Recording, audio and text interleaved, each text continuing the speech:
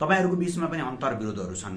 हिजो प्रतिगमन विरोधी आन्दोलनमा जसरी प्रस्तुत भइएको थियो त्यो कारणले गर्दा मनमुटाव, व्यक्तिगत सम्बन्धहरुमा पनि मनमुटावको स्थिति छ, अहिले पनि छँदैछ। त्यो भोलि तपाईहरुलाई चाहिँ त्यही आधारमा चाहिँ कर्नरमा पारिदैन भन्ने के ग्यारेन्टी छ? ग्यारेन्टी छैन। त्यस्ता उद्देश्य राख्ने मान्छेहरू होलान् पनि, त्यस्तो उद्देश्य राख्ने मान्छेहरू पनि होलान्। म के अपिल गर्न चाहन्छु भन्दाखेरि हामी विभाजित हुन हुँदैन थियो। विभाजित हुने कुरा गलत हो। अब विभाजन भएको झोकमा, विभाजित भएको झोकमा एकले अर्कोलाई भए नभएको चाहिँ जार्गनहरू प्रयोग गरेर, भए नभएको चाहिँ आरोप लगाएर कसैले कसैलाई आरोपित गर्नु, त्यो आरोप प्रत्यारोपको बाटोमा हिँड्ने कुराले कसैलाई पनि फाइदा गर्दैन। त्यो बाटोमा नहिँडौँ भन्ने कुरा म पहिले अपिल गर्न चाहन्छु। जस्तो तपाईलाई स्मरण गर्न चाहन्छु, 54 सालमा पार्टी विभाजन भएपछि देशभरिबाट 75 जिल्लाबाट हजारौं चाहिँ गाडीहरू रिजर्भ गरेर काठमाडौँको टुँडीखेलमा ठूलो आमसभा भयो र त्यो आमसभामा आइसकेपछि त्यो आमसभाले घोषणा गर्यो कि नेपालको नम्बर 1 भ्रष्टाचारी वामदेव गौतम हो। फर्किने बेला त्यो त्यत्रो गाडी खर्च गरेर चाहिँ त्यत्रो पैसा खर्च गरेर काठमाडौँ आएका चाहिँ नेता कार्यकर्ताहरू फर्किँदाखेरि चाहिँ निराश भएर गाली गर्दै फर्किने परिस्थिति बन्यो र 4 वर्षपछि यो पार्टीको नेता फेरि वामदेव गौतम हुनुभयो। आरोप भ्रष्टाचारी आरोप घोषणा गर्ने र चाहिँ नि भ्रष्टाचारको आरोप खेप्नेहरू सँगै एक ठाउँमा फेरि हातेमालो गरे। एमाले भए, त्यहाँबाट नेकपा भए, आज फेरि कता कता लाग्ने हो ठेगान छैन। त्यसले गर्दाखेरि चाहिँ तथ्यमा आधारित नभइकन एउटा चाहिँ नि एउटा प्रभोग गर्ने हिसाबले समाजलाई चाहिँ नि उत्तेजित बनाउने, साथीहरूको बीचमा चाहिँ सेन्टिमेन्टल ब्ल्याकमेलिङ गर्ने हिसाबले चाहिँ कसैको पनि प्रस्तुति हुन जरुरी छैन। हामी विभाजन भएको छ, यो गलत भएको छ। यो गलत चाहिँ निर्णय जे भएको छ, जे बाटोमा हामी गएका छौं, फेरि यसलाई कसरी छिटो करेक्सन गरेर फेरि हामी चाहिँ सही बाटोमा आउने हो, सही ठाउँमा आउने हो भन्ने कुरा हाम्रो चिन्ताको विषय, चासोको विषय बन्नुपर्छ। त्यसका लागि हामीले मेहनत गर्नुपर्छ। यो नेकपा एमालेको विभाजित भएको दुईटा धारको मात्रै एकताको मैले कुरा गरेको छैन, स्वयं माओवादी केन्द्रसँगको एकता र अरू चाहिँ कम्युनिस्ट पार्टीहरूको बीचको पनि एकताको पक्षमा नै हामी उभिनुपर्छ। तपाईको के छ भने दक्षिणपन्थी चाहिँ राजनीतिक विचार बोक्ने, अरू चाहिँ के अरे प्रतिक्रियावादी चाहिँ कित्ताको विचार बोक्ने, भनौँ इभन नेपाली कांग्रेससँगको चाहिँ वामपन्थीहरूको, कम्युनिस्टहरूको सहकार्य कति दिनको हुन्छ? त्यसले चाहिँ देशलाई चाहिँ देशको प्रगतिशील आन्दोलनलाई के फाइदा गर्छ? त्यसले केही सिट जिताहरूको कुरा होला, तर त्यसले हाम्रो आन्दोलनलाई के योगदान गर्छ भन्दाखेरि त्यसले क्षति मात्रै गर्छ, योगदान गर्दैन। त्यसले गर्दाखेरि फेरि पनि नेपालको कम्युनिस्ट आन्दोलनको रक्षा, त्यसको लागि चाहिँ नेकपा एमालेको एकता जरुरी थियो। त्यो चाहिँ हामीले चाहेको चाहिँ अनुरूपको हाम्रो इच्छा पूरा हुन सकेन, तर यसलाई फेरि छिटै यो इच्छा पूरा गर्ने बाटो चाहिँ त्यो जनआकांक्षा पूरा गर्नको लागि हाम्रो योगदान हुनुपर्छ। देशको सम्पूर्ण वामपन्थी शक्तिहरूको एकता नै नेपालको श्रमजीवी, सर्वहारा, गरिब किसान, शोषण उत्पीडनमा परेका मानिसहरूको हितको लागि त्यो नै आजको आवश्यकता हो। दलाल पुँजीवादले आज चाहिँ नेपालमा जसरी जरा गाडेको छ, दलाल पुँजीवादले जसरी पार्टीहरू भित्र जरा गाडेको छ, पार्टी भित्र गडेको दलाल पुँजीवादको जरा उखेलेर फाल्ने र नेपाली समाजमा चाहिँ गडेको दलाल पुँजीवादको जरा उखेलेर फाल्ने यो उद्देश्य पूरा नभइकन न त राष्ट्रियता बलियो हुन्छ, न लोकतन्त्र, गणतन्त्र र संविधानको बलियो हुन्छ, न त हामीले वैज्ञानिक समाजवादको दिशा नै पक्रिन सक्छौं। त्यसकारणले वैज्ञानिक समाजवादको दिशामा अगाडि बढ्नको लागि दलाल पुँजीवादलाई विस्थापित गर्ने, राष्ट्रिय पुँजीको विकास गर्दै समाजवादका आधार तयार गर्नको लागि दलाल पुँजीवादको जरा उखेलेर फाल्ने अभियानमा एकताबद्ध भएर अगाडि बढौं, म यही अपिल गर्न चाहन्छु। नेकपा एमाले विभाजित भएको छ औपचारिक हिसाबले। हामीले विभाजन रोक्नका लागि गरिएका सबै प्रयत्नहरू असफल भएका छन् र पार्टी विभाजन भएको छ। यसमा मैले चाहिँ पार्टी विभाजनको मुख्य कारण पार्टी भित्रको अन्तरसंघर्षलाई एउटा वैधानिक, राजनैतिक, दार्शनिक हिसाबले यसलाई चाहिँ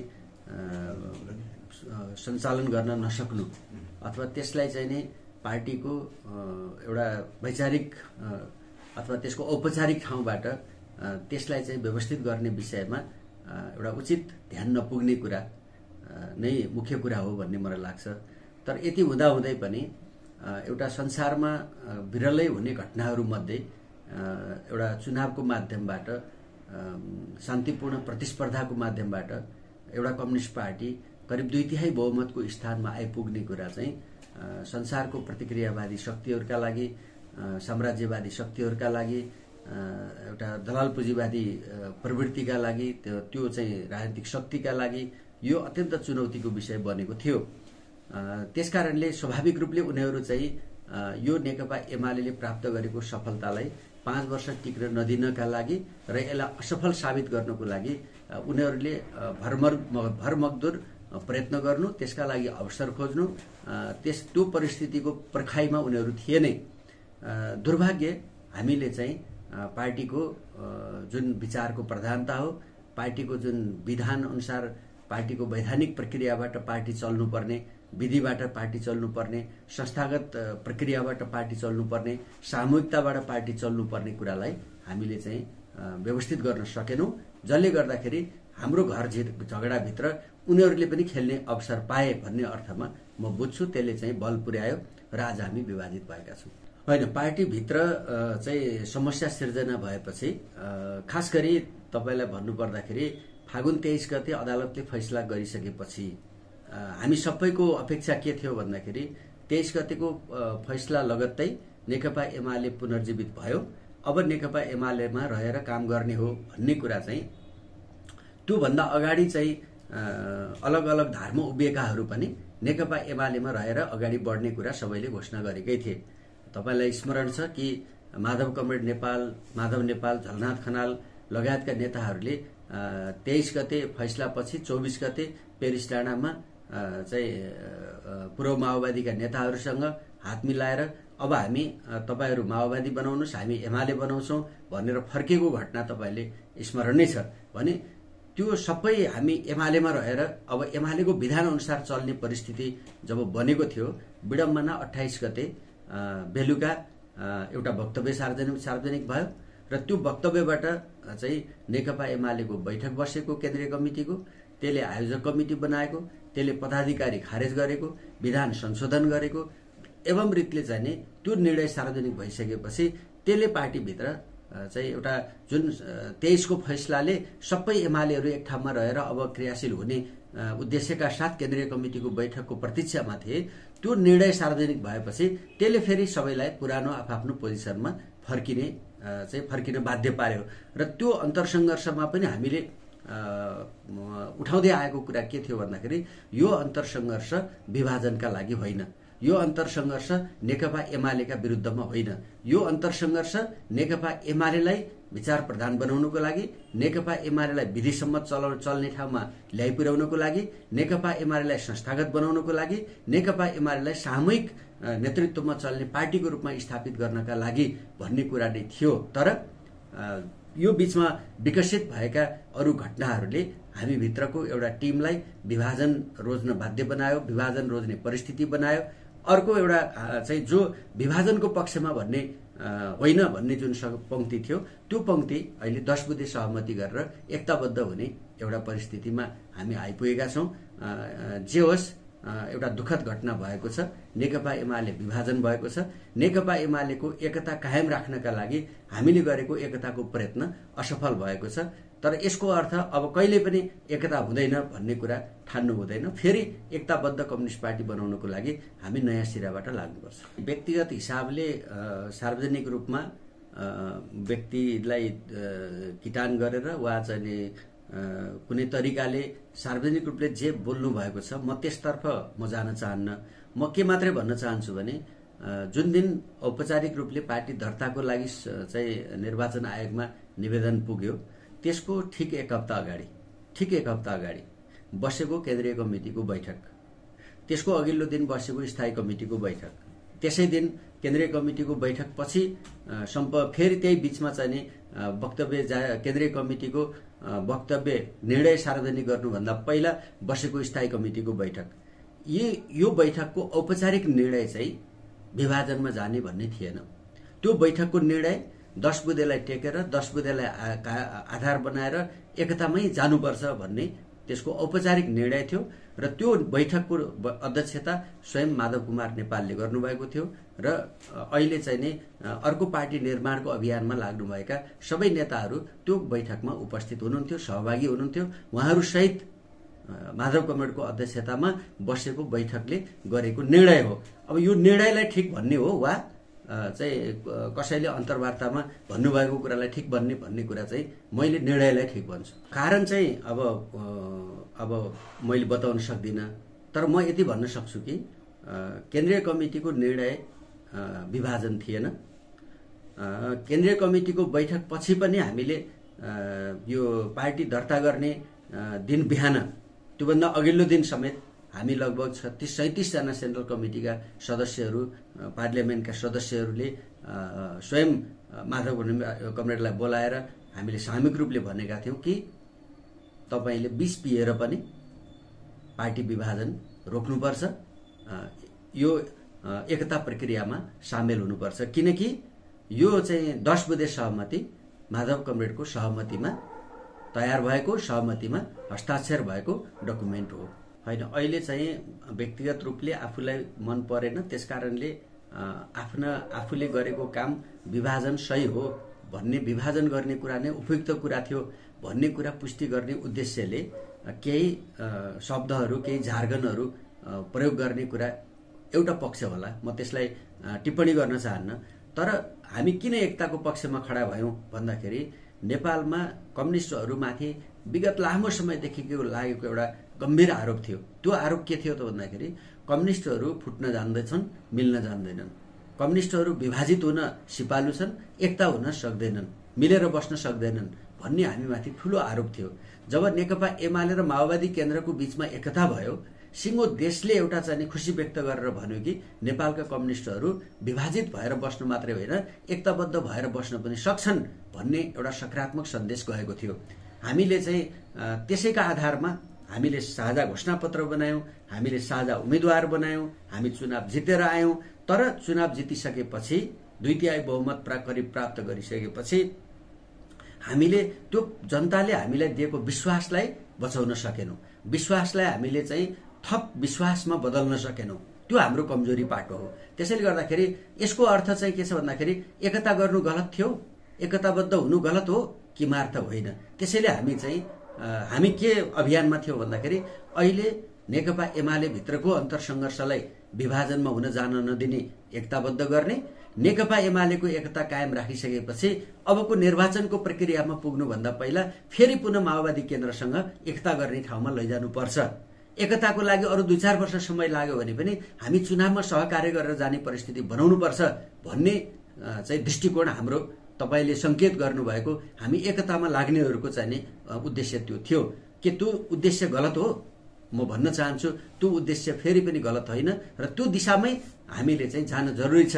यदि हामीले नेपालको राष्ट्रिय स्वाधीनतालाई, सार्वभौमिकतालाई, हाम्रो अखण्डता र स्वाभिमानलाई बलियो बनाउने हो भने, हाम्रो लोकतन्त्रलाई, हाम्रो गणतन्त्रलाई बलियो बनाउने हो भने, हाम्रो संविधानको रक्षा र त्यसको कार्यान्वयनको सुनिश्चितता खोज्ने हो भने, हामीले गरी खाने वर्गको जुन प्रतिनिधित्व गर्छौं भनेर, सर्वा र श्रमजीवी वर्गको प्रतिनिधि हौं भनेर हामी चाहिँ के छ भन्दाखेरि चाहिँ शोषणमा परेका, उत्पीडनमा परेका चाहिँ जाति जनजाति महिलाका नाममा हेपिएका पेलिएका मान्छेहरूको प्रतिनिधि हौं हामी भनेर यदि गर्व गर्छौं भने त्यो वर्गको, त्यो समुदायको प्रतिनिधित्व गर्नेहरू विभाजित हुने कुराले त्यो उनीहरूको रक्षा र उनीहरूको चाहिँ हित हुन सक्दैन। त्यसकारणले उनीहरूको गरी खाने वर्गको चाहिँ हेपिएका, उत्पीडनमा परेका मानिसहरूको, गरिब भएका कारणले चाहिँ अपमानित भएका नागरिकहरूको हितका लागि कम्युनिस्ट आन्दोलनको एकता, कम्युनिस्ट आन्दोलनको रक्षा, यसको सुदृढीकरण, यसको चाहिँ यसलाई अझ चाहिँ सैद्धान्तिक वैचारिक बनाउँदै दलाल पुँजीवादका विरुद्ध लड्दै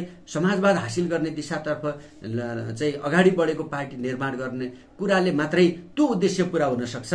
त्यसैले आज जुन विभाजन भएको छ यसले त हाम्रो उद्देश्यलाई कमजोर बनाउँछ, आज जुन उद्देश्य भएको छ यसले त गरी खानेहरूलाई चिन्तित बनाएको छ, यसले शोषण उत्पीडन परेका मान्छेहरूलाई कमजोर बनाएको छ, यसले त दलाल पुँजीपति वर्गलाई बलियो बनाएको छ, साम्राज्यवादी शक्तिहरूलाई उत्साहित बनाएको छ। प्रतिक्रियावादीहरूले चाहिँ दीपावली गरिरहेका छन्, उनीहरूले चाहिँ खुसी मनाइरहेका छन् कि यसबाट हामी चाहिँ सन्तुष्ट हुन सक्छौँ कि मार्न सक्दैनौँ। त्यसकारणले म हामीले लिएको लक्ष्य, हामीले गरेको उद्देश्य, हामीले गरेको प्रयत्न सर्वथा उचित प्रयत्न थियो भन्ने मेरो दाबी हो।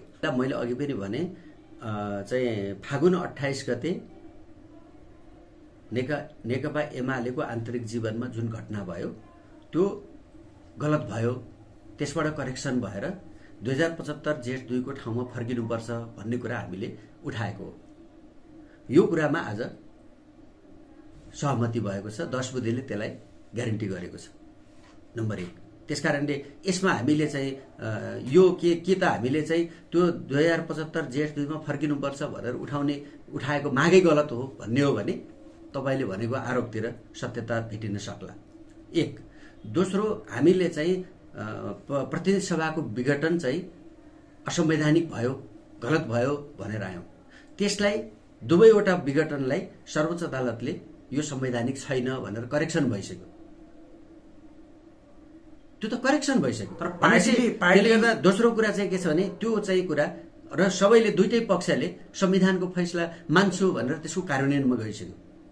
एक, अदालतले त्यसलाई करेक्सन गर्यो, अर्को जो चाहिँ त्यसलाई विघटन गर्ने पक्ष हो, जसले चाहिँ त्यो संवैधानिक भएन भन्ने पक्ष हो, दुवैले त्यो अदालतको फैसलालाई मानेर त्यसको चाहिँ प्रक्रियामा हामी गइसकेका छौँ। दोस्रो पाटो।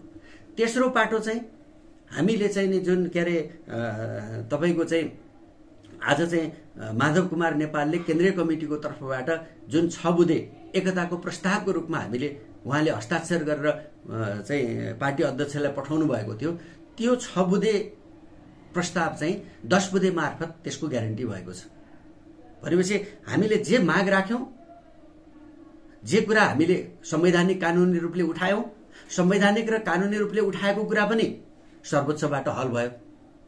पार्टीको आन्तरिक जीवनका हिसाबले हामीले जुन 6 बुँदे चाहिँ समस्या उठाएका थियौं, त्यो 6 बुँदे 10 बुँदेको रूपमा चाहिँ एउटा समझदारी भयो र त्यो समझदारी स्वयं माधव कमरेडको चाहिँ अनुमतिमा कार्यदलका नेताहरूले हस्ताक्षर गर्नुभयो। भनेपछि अब हामीले चाहिँ विभाजन गरेर अर्को पार्टी बनाउनु पर्ने कारण के हो? त्यसमा उहाँहरूले फेरि पनि भन्नुभएको छ, स्वयं व्यक्तिकर्ताले जो दुर्घटना गर्नुभयो, संविधानमाथि प्रहार गर्नुभयो, उहाँले त कहिले पनि रियलाइजेसन गर्नुभएको छैन र यसको बारेमा काहीँ पार्टी बैठकमा छलफल गरौँ भनेर समेत उहाँ तपाईलाई त्यो विषयमा तपाईले माधव कमरेडले 6 बुँदे मागपत्र जुन पेश गर्नुभएको थियो त्यसको एउटा बुँदा पल्टाएर पढ्नुभयो भने त्यहाँ के लेखिएको छ भन्दाखेरि पार्टीभित्र उत्पन्न जे समस्या भयो यसका कारणहरू के हुन्, यो कसका कारणले भयो, के कारणले भयो भन्ने विषय उपयुक्त समयमा उपयुक्त ढंगले समीक्षा गर्न तयार हुनु पर्यो भन्ने कुरा नै त्यहाँ त्यो चाहिँ कुरा छ। आज तपाईले 10 बुँदेमा के भनेको छ? हामी यसको उपयुक्त समयमा समीक्षा गर्नेछौं। त्यो समीक्षा हुन्छ, गर्नुपर्दछ। कतिपय घटनाहरू चाहिँ देशमा भएका घटनाहरूको चाहिँ कत्रा घटनाहरूको समीक्षा तत्काल तातै भएका छैनन्। तपाईको 54 सालमा पार्टी विभाजन किन भयो भन्ने कुराको समीक्षा आजसम्म भएर त्यसले चाहिँ महाकाली सन्धिको चाहिँ राष्ट्रघाती हो कि त्यो चाहिँ राष्ट्रवादी हो भन्ने कुराको समीक्षा हामी एकता भएर पनि यहाँसम्म आइपुग्यौं, तर त्यसको समीक्षा भएको छैन। त्यसैले गर्दाखेरि यो विषयमा चाहिँ 10 बुँदेमा बनाउने प्रक्रियामा यो बीचमा भएका फागुन 23 गते पछि भएका दुवै तर्फका सबै चाहिँ निर्णयहरू बदरभागी छन् भन्ने कुरा उल्लेख गरिएको छ। दोस्रो चाहिँ यो बीचमा भएका यी समस्याहरूको उपयुक्त समयमा समीक्षा गरिनु पर्दछ भन्ने कुरा माग गरेको, समीक्षा गर्ने कुरा 10 बुँदेमा भनिएको छ। भनेपछि त्यसको लागि त हामी एकै ठाउँमा बसेर न भोलि समीक्षा गर्न सकिन्छ? अलग अलग बसेर समीक्षा हुन्छ? नयाँ पार्टी गठन गरेर समीक्षा हुन्छ भन्दा हुँदैन। त्यसले गर्दाखेरि हाम्रो यो अन्तरसंघर्ष विभाजनको उद्देश्यका साथ थिएन, यो करेक्सनको उद्देश्यका साथ थियो। दोस्रो कुरा चाहिँ हामीले जे माग उठाएका थियौं त्यो मागहरू 10 बुँदेमा सम्बोधन भएको छ। तेस्रो कुरा चाहिँ आज हामीले चाहिँ नयाँ पार्टी बनाइरहँदाखेरि चाहिँ आज हामीले चाहिँ लिने सिद्धान्त, विचार, राजनीति, लक्ष्य, उद्देश्य, कार्यक्रम यी चाहिँ के हुन्? आज हामीले चाहिँ नेकपा एमाले चाहिँ 9 महाधिवेशनमा पास गरेर बोकेको चाहिँ चिजभन्दा आज पृथक चाहिँ हामीले गर्न सक्ने अवस्था छ कि छैन, वा त्यो गरेर जाने हो कि होइन भन्दा त्यो पनि होइन। जाने कहाँ हो? वैज्ञानिक समाजवादमा। बाटो के हो? शान्तिपूर्ण प्रतिस्पर्धाको। अब चाहिँ के छ भने सिद्धान्त के हो? जनताको बहुदलीय जनवाद, मार्क्सवाद लेनिनवाद मार्गदर्शक सिद्धान्त हो। अनि तस्बिर चाहिँ पुष्पलालको, मदन भण्डारीको, मनमोहनको सँगै बोक्ने हो, एउटै फोटो बोक्ने हो भने यो उद्देश्यका साथ अलग अलग पार्टीको जरुरी हो कि यहीँभित्र बसेर यो पार्टीलाई बलियो बनाउने, यो पार्टीलाई रूपान्तरण गर्ने कुरा हो भन्दा यो पार्टीमै बसेर यो पार्टीलाई बलियो बनाउने, यसलाई रूपान्तरण गर्ने, यसलाई विचार प्रधान बनाउने, यसलाई विधि प्रधान बनाउने, यसलाई संस्थागत र सामूहिक बनाउने कुरा नै प्रमुख कुरा हो। 2075 जेठ 3 गते पार्टी एकीकरण भयो। त्योभन्दा अगाडि हुने कुरा हो। त्योभन्दा अगाडि त्यसमा त्यो मात्रै छैन, त्यसका 3टा पक्ष छन्। एउटा जेठ 2 को कमिटी छ। जेठ 3 गते हामी बालुवाटारमा केन्द्रीय कमिटीको नेकपा एमालेको बैठक बसेर औपचारिक रूपले हामी नेकपा एमाले पार्टीलाई आजको मितिमा विघटन गरेको निर्णय गर्दछौँ भनेर हामी निर्णय माइनेट हस्ताक्षर गरेका हौँ। त्यसकारणले हाम्रो अदालतले फैसला के गर्यो भन्दाखेरि जेठ 2 को नेकपा एमालेलाई पुनर्जीवित गर्यो। हेर्नुहोस् है, जेठ 2 को एमालेलाई पुनर्जीवित गर्यो अदालतले। त्यसकारणले अदालतको फैसला बमोजिम नेकपा एमालेको बैठक कसको बस्छ भन्दाखेरि जेठ 2075 को केन्द्रीय कमिटी बैठक हुन्छ। त्यो नेकपा एमालेको चाहिँ केन्द्रीय कमिटी हो। दोस्रो पाटो के छ भन्दाखेरि के अरे जेठ 3 गते एउटा नेकपा एमालेको केन्द्रीय कमिटी बस्यो, अर्को नेकपा माओवादीको केन्द्रीय कमिटी बस्यो। दुईटैले के गरे त भन्दाखेरि चाहिँ आफ्ना पार्टी कमिटीलाई रिभाइभ गरे, विघटन गर्ने निर्णय गरे। विघटन गर्ने निर्णय गरे र सम्झौता के गरे भन्दाखेरि चाहिँ माओवादी केन्द्रबाट 200 जना, एमालेबाट पुरानो 200, 203 अनि त्यसमा 38-39 जना थपेर एमालेको 241, माओवादीको 200 गरेर 441 जनाको केन्द्रीय कमिटी बन्ने भन्ने निर्णय भयो। र त्यो एमालेको तर्फबाट 41 जना मान्छे जुन थपियो, त्यो 41 मान्छे चाहिँ माधव कमरेड र केपी ओलीको सहमतिमा थपियो। उहाँहरू दुईटाले सहमति गर्नु न पढेर सुनाउनु भयो, हामीले ताली बजायौँ। बैठकहरू 5 मिनटमा सकिन्थे। पार्टी विघटन गर्ने बैठक पनि 5 मिनटमा सकियो। अनि त्यो बैठक विघटन गर्नुभन्दा पूर्व एउटा एजेन्डा थियो नेकपा एमालेमा 41 जना मनोनित गर्ने भनेर। हामीले 41 जना मनोनित गरेर पार्टीलाई 241 बनायौं र पार्टी विघटन गर्यौं। र 241 र 200 मिसिएर अनि फेरि हामी एउटै बैठक बसेर नेकपा बनाऊ, नेपाल कम्युनिस्ट पार्टी नेकपा बनाएको घोषणा गर्यौं। र त्यसले चाहिँ जनताको बहुदलीय जनवाद, 21औं शताब्दीको जनवादलाई थाती राख्ने, समाजवाद उन्मुख जनताको जनवादलाई कार्यक्रम बन्ने, कार्यदिशा बनाउने र अगाडि बढ्ने भन्ने हामीले निर्णय गर्यौं। हो, त्यसकारणले आज चाहिँ 10 बुँदेले के भन्यो भन्दाखेरि चाहिँ त्यो 41 त केपी ओली र माधव नेपालकै सहमतिमा थपिएको नाम हो। अब आज उनीहरूलाई तिमीहरू चाहिँ केन्द्रीय कमिटीका सदस्य हैनौ, माओवादीबाट चाहिँ नेकपा एमाले भएका मान्छेलाई केन्द्रीय सदस्य हो भन्न सक्ने, तर एमालेकै मान्छे हामी आफैले चाहिँ थपेका मान्छेलाई केन्द्रीय सदस्य हैनौ भन्न मिल्थ्यो कि मिल्दैन थियो नैतिक रूपले? पार्टी एकतामा प्रक्रियामा आएका नेताहरू र चाहिँ 241 संख्या पुर्याउने क्रममा थपिएका नेकपा एमालेका नेताहरूलाई केन्द्रीय कमिटीको सदस्यको रूपमा स्वीकार गर्ने भन्ने कुरा नै यो 10 बुँदेको व्याख्या हो। त्यसैले गर्दाखेरि चाहिँ तर यसको मूल जग के हो भन्दा, टेक्ने ठाउँ के हो भन्दाखेरि जेठ 2 को नेकपा एमालेको 203 जनाको केन्द्रीय कमिटी हो। त्यसमा चाहिँ एकता प्रक्रियामा आएका 23 जना चाहिँ माओवादी केन्द्रका नेताहरू र त्यो एकता प्रक्रियाको क्रममा थपिएका 41 जना नेकपा एमालेका नेताहरू सहितको 265 जनाको केन्द्रीय कमिटी हुनेछ भन्ने कुरा यसको व्याख्या हो। त्यसैले गर्दाखेरि यसलाई यस रूपमा बुझ्नु पर्दछ।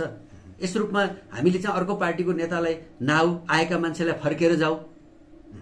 र प्लस त्यसमा चाहिँ 10 बुँदेको अर्को स्पिरिट के हो भन्दाखेरि चाहिँ केन्द्रीय कमिटीदेखि लिएर जिल्ला गाउँपालिका वडा तहसम्म हिजो नेकपा हुँदाखेरि जिल्ला कमिटीमा बसेको, प्रदेश कमिटीमा बसेको, गाउँपालिका, नगरपालिका, वडा कमिटीमा बसेको, हिजो एकता प्रक्रियामा सामेल भएको माओवादी केन्द्रको नेता म चाहिँ यही नेकपा एमालेकोले बोकेको राजनीति बोकेर हिँड्न तयार छु भन्यो भने उसलाई ढोका थुन्ने कि उसलाई चाहिँ सामेल गरेर जाने भन्दा सामेल गरेर जाने। तर त्यो गर्दाखेरि चाहिँ जेठ 2 को अदालतको फैसलालाई टेकेर त्यहाँबाट हामी जाने भन्ने कुरा हो र त्यो अनुसार अस्तिको केन्द्रीय कमिटीले निर्णय गरेको छ।